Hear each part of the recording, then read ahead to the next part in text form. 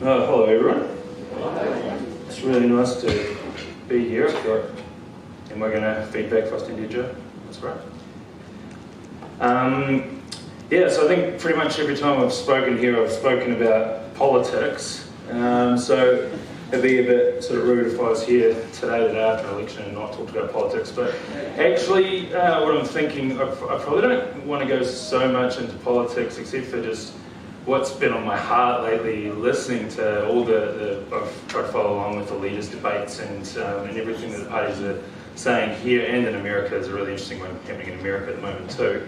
And what we keep hearing about is our rights, and everybody's promising us rights, and they talk about our right to health care and a right to a living wage and all these great things, which are great. You certainly wouldn't want to argue with those, but I think it's only half of the conversation. And so something else that's been on my mind lately is this great line. There's an old blues player called Albert King, and I got a line that stuck in my head weeks ago, and it's been rattling around in my head. But it's about the fact that everybody wants to go to heaven, but nobody wants to die.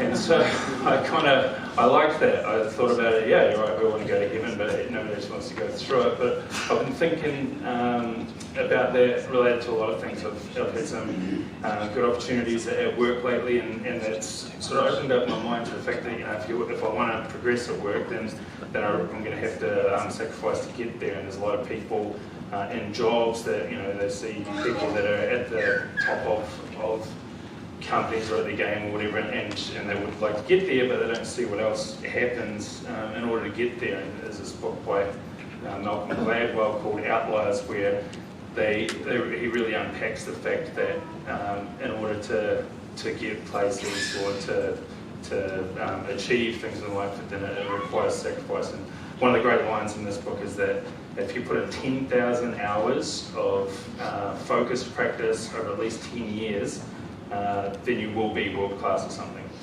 So if you were to pick something, whatever it is, if it was cricket, and you would put in 3 hours practice every day, 7 days a week for 10 years, and you would be a world class cricketer. And so it's quite an interesting thought, because we'd all love to be, well, maybe it's just me, but I would like to have been a black cat, but there's no way I ever put in 3 hours worth of work every day to try and get there. I just assumed that the guys at the top have the talent and they're really lucky to get there. There's only a few that are lucky ones. So too, I think, looking in the Bible at people like King David, if there was anybody in the Bible that really appeals to me, I'd say it's, if I could be anybody, it'd be David. That guy was a legend, a warrior king, but he had the heart of God, and so you're hearing stories of his mighty men and the way they took on entire townships or fortresses, just one guy. You kind of think that this guy, he was a manly man. But then when I look into what he actually went through to get God's heart, spending hours and hours alone tending his flocks of sheep and defending them from lions and bears and things, I actually don't even think I could spend that much time alone by myself. I can't even watch TV without getting bored. I literally have to be on my phone at the same time. Whereas this guy was out there for hours, and he spent his time writing songs and singing songs to God, and that's how he paired up with God. And that comes out through later on in his life as well, where he was a king. Well, before he became king, he was serving a king, and his boss, Saul, tried to kill him several times. And that it just seems like something that happened long ago, and you think, oh yeah, I'd be like David, I wouldn't mind, if spears came at me, I wouldn't raise my hand against Saul either. But actually, people do way less stuff than that to me all the time, and certainly I can't help but get my hackles up and bad mouth. And I just think, my boss has never tried to kill me, but he's certainly, he's got me worried a few times, and he's made me angry. I've had bosses that have really made me angry, and you can't help but then want to talk to your co-workers and things about it and run them down. But so, like I say, David went through a lot worse than what I can possibly imagine. But in my mind, he was king, he was lucky at the time, and God, how lucky was he to be a friend of God? But it's hard to sort of bring in the fact that he made sacrifices, or he really had to pursue that. And another picture of that, I think, is Jesus, who was he was literally God. He was the second person in the Trinity. He created the heavens and the earth, and then he came here, and he still knew that in order to get close to God, his Father, he really had to pursue that. And so he spent 40 days in the desert fasting. At one point, he prayed more than anybody. I just spent 40 odd days eating nothing but meat, which to everybody that knows me is pretty much it's just how I live my life, but even that was quite rough, and that was a fasting. That was just me trying to only eat meat for 40 days to see what would happen. Jesus really, like in the desert, 40 days, no food, because he was pursuing a relationship with God. And so it's crazy to think that if Jesus, the Son of God, he knew who he was, he created the heavens and the earth, and here he was pursuing a relationship with God. It wasn't about rights to him. He could have just said, I have the right to enter your presence, God. I am you. I'm your son. So let me in. But he knew that it was about more than that. It was about pursuit. And so even this verse grabbed me today, the Great Commission. Jesus, after he's died, so again, he's the picture of a man that knows that to achieve things, he literally went. He died to get heaven, but he died to get heaven for everybody. And so he confronted death, and it says that he did it for the joy set before him. So he knew going to the cross, he needed to make that sacrifice, and that we could all enter in.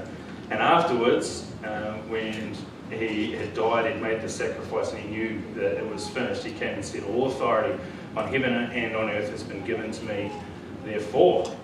And we all know the scripture, and so it probably becomes old hat that we know what happens next. But when you think about it, he could have said, all authority in heaven and on earth has been given to me, therefore it's finished. You don't need to do anything. It's done. Just whatever you want is now yours. I did that so that you could be in heaven. So if you want to run towns, just let me know. I'll put you in charge of towns. Or if you just want to have nothing but margaritas on the beach, just say the word, because heaven and earth is now completely at my beck and call, and so we have complete dominion. But he didn't say that. He said, all authority in heaven and on earth has been given to me, therefore go and make disciples of all nations. And so he actually called us, then he said, here's a target, and pursue it. Because he knows that as humans, that's how we work. There's a quote by a guy who I quite like, Jordan Peterson, and he says, most of our positive emotion is in relation to God's. We are not happy, technically speaking, unless we are progressing. And so what that really means is, here's me been thinking my whole life that we're happy if we can be sitting on a beach with a margarita, just living our lives and relaxing, but actually that would get incredibly boring incredibly quickly. How long would it take to get bored of that? A day, 2 days? 2 weeks. A year? A year? Eventually, it might take a year. I can imagine myself after 3 days, and people do this stuff, right? It's like, hey, I'm retired, and then 3 days later, they're alcoholics because you wake up in the morning and you need that margarita sooner just to sort of numb the fact that you got nothing to do. You know who gets this is Wes, actually. Like, Wes is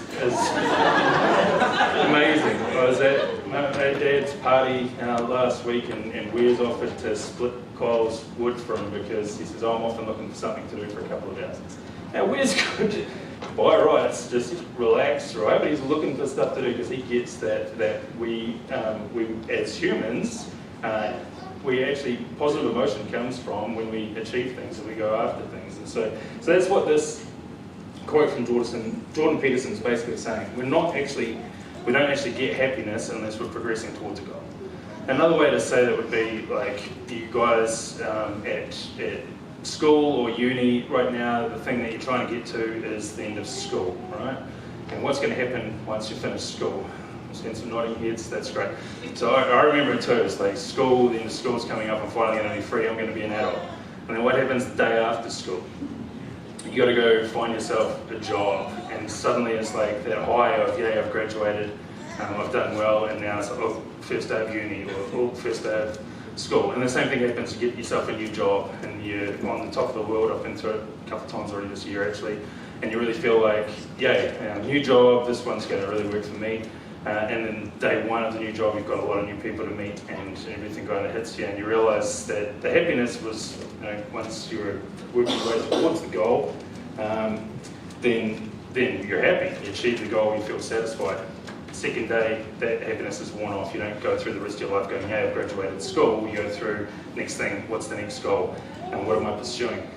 And that's actually where meaning is found. And we know this because we watch movies non-stop about watching people overcoming conflict or working through life trying to pursue goals. And you wouldn't watch a movie unless you did. I was going to put up some screenshots of movies that are about people overcoming odds. But then when I Googled it, it's every film ever made. It's about people overcoming odds. You just wouldn't sit down for 2 hours and watch somebody just have a great time and cruise through life. We need to be watching conflict of some sort, because what we're doing is we're all trying to figure out all the time, what's the best way to get through life? And how do we do that? And so you watch a movie and you go, okay, well here's a person that has figured out how to progress through life and overcome conflicts, and so all the time we're trying to figure out what are those tools, what is it that they're doing. So, one example that I ended up landing on, because it's such a crazy example, but it's probably the most obvious one, would be The Lord of the Rings. Who here has seen The Lord of the Rings? So I would say like 90+% of people. Who hasn't seen The Lord of the Rings? Not good. Wow, there's actually more than... Where's... The movie was made for you. But I mean, the fact that so many of us have seen it is actually, it's kind of a crazy thing. Like, why? It's about these little weird creatures. Penny, thank you. And wizards, and there's like a floating eye that's super evil and wants to kill everybody, and we're all like, yeah, totally, I get that, like, I relate to this. But actually, deep down, we are all Frodo with this little... 15 years ago or something, I was in America with James Enzo, I don't know if you guys remember him, but we went to a restaurant over there, and the waitress says, so whereabouts are you guys from? And we said New Zealand, and she goes, oh wow, so you guys all live in those underground houses with the round doors? And I thought she was joking, so I said that I was too tall. And she goes, but everybody else does, right?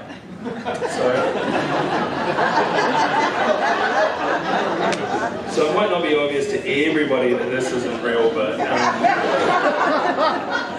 for the most part, what it is really is just a picture of a little naive guy that he's got his comfortable little life and he's got everything he could want. His uncle gave him millions of dollars, and so he could just go through his peaceful little life, and he talks about that. He just doesn't want to leave the Shire. No hobbit wants to leave the Shire. But it's not until he actually goes out there and he confronts the world and he has to overcome some obstacles that he really grows. And then from there, by the end of the film, not giving too much away, but the Shire's really got no more appeal to him because he's grown from there. And we all do want to grow, and that is why we watch so many movies about how do we grow. And each of us, there is a deep desire to progress in life. Nobody wakes up in the morning thinking, I don't want to have any sort of impact on the world today. Everybody wakes up thinking, we're going to do something significant because we are significant to the world around us. And that's one of the things about marriage. When you enter into marriage, basically you're pretty much both saying, okay, I'm Frodo, you're Frodo. We're really, one of us kind of looks like Frodo. Brenda doesn't look like Frodo. We've got to negotiate this world, and it's a big wide world. We've got no idea what's out there, and we're completely naive, and we're going to go through this thing together. And that's why marriage works. No matter what anybody says or what the rights are that they talk about, you've got the right to be with whoever or love whoever or do what you want with your body. Actually, it's completely unfulfilling, and we are starting to wake up to the fact that it's unfulfilling just to go through life trying to make yourself happy, not caring if you're making anybody else happy, because you're not going to get there. There's no way to be fulfilled that way. The only way to actually be fulfilled is to say, we don't know where we're going in this life. I'm trying to figure out who I am. You're probably trying to figure out who you are. And so let's make a promise to each other and really commit to this thing, because the only way we're going to make this work is if we take leaving off the table.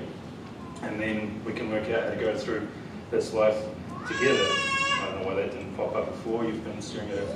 blank screen, sorry, but this here was a really interesting stat I thought about marriage, which is that you need 5 positive interactions for every negative interaction if your marriage is going to survive. And so scientists or psychologists did a study on this, and so if you're in a marriage where most of your interactions are negative, or even if 4 of your interactions are negative for every 1 positive one, then science would say that you're going to have to turn that around because your marriage is not going to survive. And that seems kind of intuitive, right? Like you need to be making sure that you're having positive interactions so nobody wants to get beaten up all the time. But what I thought was kind of really interesting was science also shows that if you have more than 11 positive interactions for every negative interaction, then your chances of your marriage failing are also really high.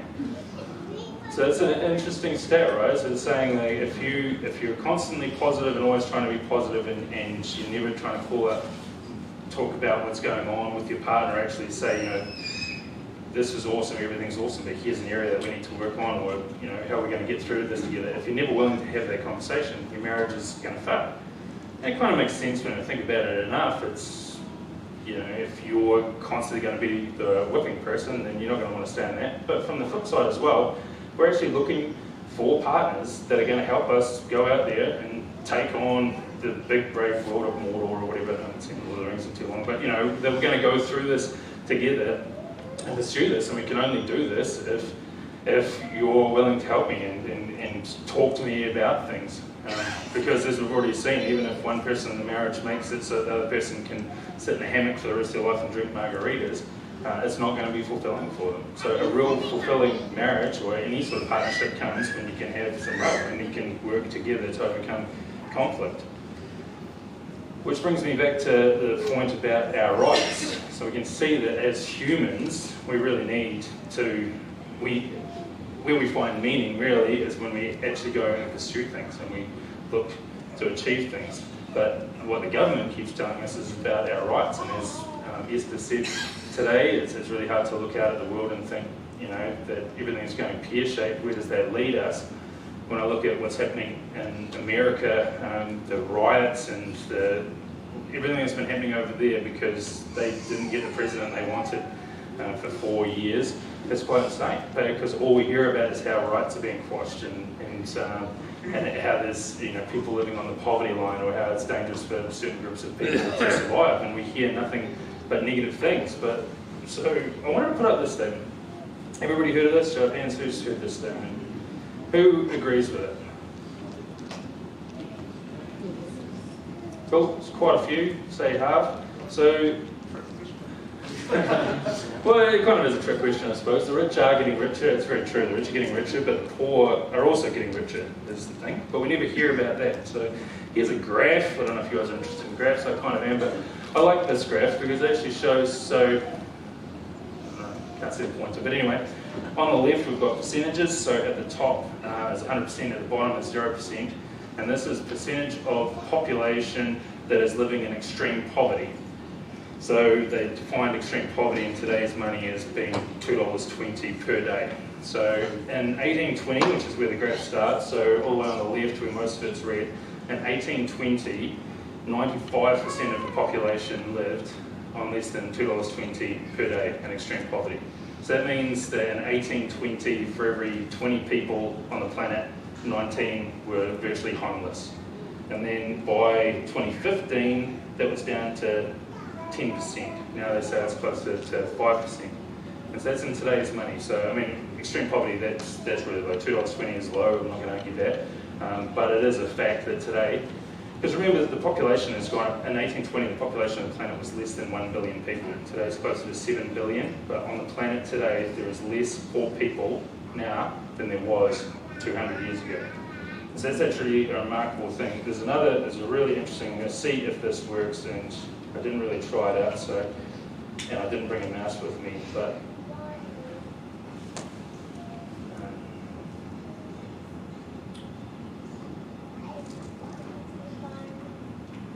it's going to be really hard to run backwards. okay, so this is a graph that shows what it was like in 1800. So on the left there, you've got life expectancy. So in 1800, the life expectancy for all of these countries was below 40, roughly. Okay, so that's the average life expectancy in 1800. The size of the bubble there is how many people in that population, and all those dots is every country in New Zealand, in the world. There we go. Thanks, Lindsay. So every country in the world at 1800, and then somebody's mapped this, and then the further right you go, that's average income per person per capita. Okay. So it's really, the colours represent, so well, you've got the world regions up there on the right, so any countries that are yellow are Europe, any countries that are red are Asia, including New Zealand's in Asia, blue is Africa, and green is America, South America. So if we were to run this across, we can see how much it changes. So in the 1800s, not a lot of change. You can see those countries that are sort of bubbling along. Where it gets really interesting is when you start to, so this is really difficult, right? So we get to here, 1913, 1914, what happened in 1914? World War I. So watch it, 1917, the whole, you see that average age just dropped. That was the World War I and the Spanish flu. And now you can see everybody in yellow and green really taking off until you get to that big bubble over there is China, by the way. Watch China. And now today, or 2019 roughly, you've got a huge part of the world where the average age is really high, the average age, life expectancy, and the average income. So this sort of shows us two things. One is that the richer countries get the higher the life expectancy is. So in 200 years, we've gone from a life expectancy of down around 40 to some of those countries up near 90. New Zealand is starting to get up towards 90. This thing's not hanging on very well, so hopefully you guys can still hear me. America's doing well, China is catching up, and you can see even Africa there was really low, but they're starting to catch up as well. So the point of me showing you all this is really to say that even though it feels like that everything's going backwards and that the world is getting worse in a lot of ways, people are getting richer. There's more opportunity out there than there ever has been before. There is more people that are living above the poverty line than there ever has been before. But all we ever hear about is what's going wrong and how we don't have rights. So it's really a true statement, I think, to say that there's never been a better time to be alive in terms of the fact that we're rich and what we can be able to do. Another interesting stat, if anybody's interested in this stuff, is that in 1800, the cost of the equivalent of a 100 watt light bulb for 1 hour was $17,000. And so you can imagine that, like, if you had to burn that many candles just to get 100 watts worth of light, there's not that many people could afford to do it. So most people only had light from sunrise to sundown. They worked in that time, and then there was no way to get yourself ahead from there because you couldn't afford candles, and if you could, they were probably made out of tar or something, and so just smoked the place out. And so you couldn't read, you couldn't do anything after it was dark. You just had to go to bed, and that's the way it was. We like to think that a couple hundred years ago, it all seemed quaint and there was candles and things. Actually, most people just couldn't even afford to do that, and so our opportunities for education and things, we've never had more opportunity. You can get online, and there's a stat that came out the other day that every hour there is more videos, time of video loaded to YouTube than a person could watch in their lifetime. And so if you want information on anything, it's at your fingertips. It's information overload, but we have access to it all. And so there's never been more opportunities. And so my point here is that instead of talking about the opportunities and how well life is going, we keep focusing on the rights and that everybody has rights. And again, it's true, we do have rights and they're a good thing, but it's not meaningful to pursue rights. What is meaningful is pursuing responsibility. And so the answer really is that there's no government, and I think what we all like about the election yesterday, but there wouldn't have been any government that could come in and make us happy. If our favourite politician had become Prime Minister today, then nothing much would change for us. There are liberties, and there's different liberties, and we can all pray for that. But really what we need to be focusing on is what is our responsibility in this. It's only when we take responsibility for ourselves and for others around us that we actually start doing what is meaningful, and then we start achieving and going after the things that will genuinely make us feel happy. Another illustration for this that I was going to bring up before actually is when I was younger, I really wanted to be a rock star, and I thought if I could just be a rock star, then my life would be the dream. And the thing that put me off was watching documentaries on rock stars, because honestly, they're all miserable. I watched a doco on the Foo Fighters, and those guys were having drinking competitions to see how much they could drink before going on stage, just so they felt like they had something sort of to engage in. And you wonder why so many of them do drugs. It's because opiates end up hitting that same center of our brain, the reward center, and the only way they can feel a reward is by taking these drugs, because they've achieved what they thought would bring them the pinnacle of their existence, and they find out that it means 320 days a year inside a bus, and then getting out on a stage and being blinded by the lights and not connecting with your audience. And that's what my favourite band at school was, Pink Floyd, and those guys literally wrote an entire album about how they wished there was a wall between themselves and their audience because they just hated it so much. And so it's actually not achieving that pinnacle that makes us happy, it's the pursuit of responsibility, and it's when you find that. And so we talk about that a lot at work and in business. I've got a good friend who's a sports psychologist, and he talks that about with his players, as well as the fact that, you know, it's, if you've got talent and you go out there and just play to that talent, it's not going to be fulfilling. It's nowhere near as fulfilling as actually pursuing mastery and trying to better yourself. And so the only way that you can really do that, and by knowing what it is to pursue, is by identifying an ideal and going after it. And that's why we watch so many movies, is because we want to find out what is an ideal. If we orient ourselves in the right way, how do we work through life? And so Frodo, strangely, is one example of that. You watch that, and how do we get through life properly, and we try and learn it from movies. But the best way to learn it as Christians, we know, is that Jesus was the ideal. And Paul said in 2 Corinthians, we all, with unveiled faces, looking as in a mirror, at the glory of the Lord, are being transformed into the same image from glory to glory. This is from the Lord, who is the Spirit. And so Jesus came to reveal himself and who he is as the ideal, so that we could pursue after that, because he knew that in pursuing after him and revealing himself as the ideal, that's where we find responsibility.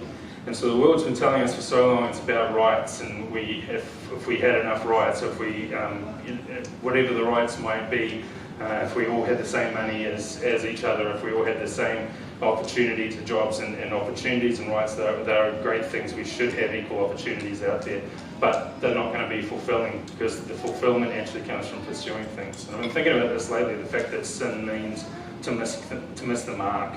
Paul talks about falling short as being sinning, and it always kind of feels like sinning is when you go off and do something, but actually sinning, to miss the mark, you have to have been aiming at something. So even that implies that we should be aiming towards something and pursuing something, because how do you miss the mark if you weren't actually aiming at something, right? And so it's really the pursuit, which is where we get fulfillment. A couple of great scriptures that are really about that, the fact that Paul here, in both cases, is going after something. Not that I've already reached the goal or am already perfect, but I make every effort to take hold of it, because I've also been taken hold of by Jesus Christ. So he's saying there that Jesus is the ideal, and taking hold of him, I know what he is, and I need to pursue that. And 1 Timothy says, but you, man of God, flee from these things and pursue righteousness, godliness, faith, love, endurance, and gentleness. Fight the good fight of the faith. Take hold of eternal life, to which you are called, and about which you have made a good confession in the presence of many witnesses. And so again, pursue. He calls us to pursue, and I keep feeling like the world says, let go of your religious ways, or if you're reading the Bible, you're just a slave to God, and really you'll find, if you let go of that and become liberated and do what you want with your body and your money and your time, then you'll find fulfillment, and you don't. It's incredibly unfulfilling, and we've been robbed of that fact. Like, as Christians, we know there's an ideal, and it's in pursuing that ideal that we find meaning. And again, that's why Jesus didn't say, everything's accomplished, let's just go to heaven now. He said, everything's accomplished, and so here's some goals, here's some tasks, just go pursue after me, and you'll find fulfillment in that. And so really, as a recap, I think I'm about being on time pretty much. We'll say, again, in the last 60 years, it's really been the last 60 years that we've been hearing non-stop about rights, and I just don't think we've had enough of the flip side of the conversation, which is about responsibilities. And they're both great things. We do have rights. As humans, we have rights, but we also have responsibilities. And no amount of rights are going to make you happy. If you have the right to be able to do nothing and sit in a hammock on a beach, it's not going to make you happy. It's only when that we actually take responsibility for ourselves and those around us and pursue the highest ideal that life actually becomes meaningful. And Christ really is the greatest example of what is meaningful, that the highest ideal for us to pursue. And so when it comes to election season and things, I know, again, the whole conversation has been about rights, but if we flip it back around, and it comes down to what Carly and James were saying before, is setting our eyes on God. It's about God, and it's about our relationship with God, and we can pursue after Him, and I guarantee we'll find it more meaningful. Amen. Yeah. Amen.